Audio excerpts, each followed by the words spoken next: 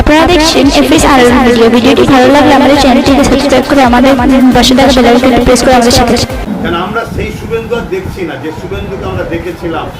এ শুভেন্দু সে শুভেন্দু নয়, এ শুভেন্দু এখন তো সবসময় কমনার মাইন্ডে চলছে। তো বলেছিল সকালে ধরবো বিকালে খরচ করবো, দর্শনের বিষয়ে বলেছিল। আদৌ কি করবে? যদি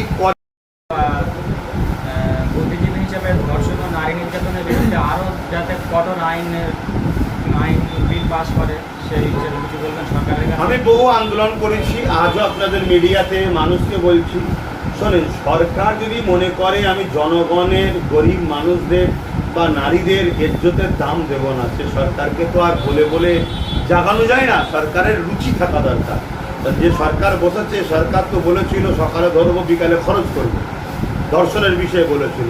আদৌ কি করবে? যদি করে সেটা ভিন্ন বিষয়, তাহলে যেন তার সৎ ইচ্ছা আছে। কেন আমরা সেই শুভেন্দু আর দেখছি না যে শুভেন্দুকে আমরা দেখেছিলাম। এ শুভেন্দু সে শুভেন্দু নয়, এ শুভেন্দু এখন তো সবসময় কমনার মাইন্ডে চলছে।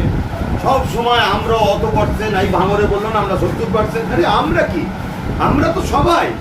তাহলে সেই শুভেন্দু তো দেখতে পাচ্ছি না। না, তার মধ্যে কাকে দেখেছিলাম, ভালোবাসা ছিল, মনুষ্যত্ব ছিল, মানব প্রেম ছিল, জাতি ধর্ম বিভাজন করতো না, সবাই মিলে চলার একটা আহ্বান ছিল। এই হঠাৎ করে যেন একটা কেমন একটা চিন্তা ভাবনা এসে গেছে, একতরফা কমনের দিকে চিন্তা ভাবনা। এটা তো বড় দুঃখজনক না? সেই জায়গায় আমাদের কথা কি সে আর পছন্দ করবে? কেন আমি মুসলিম, আবার ধর্ম, ওই লাইনেরই কথা বলছি। কিন্তু আমরা তিলোত্তমাকে কখনো মুসলিম হিন্দু দেখি না, আমরা দেখেছি আমাদের বোন, আমাদের মায়ের জাত।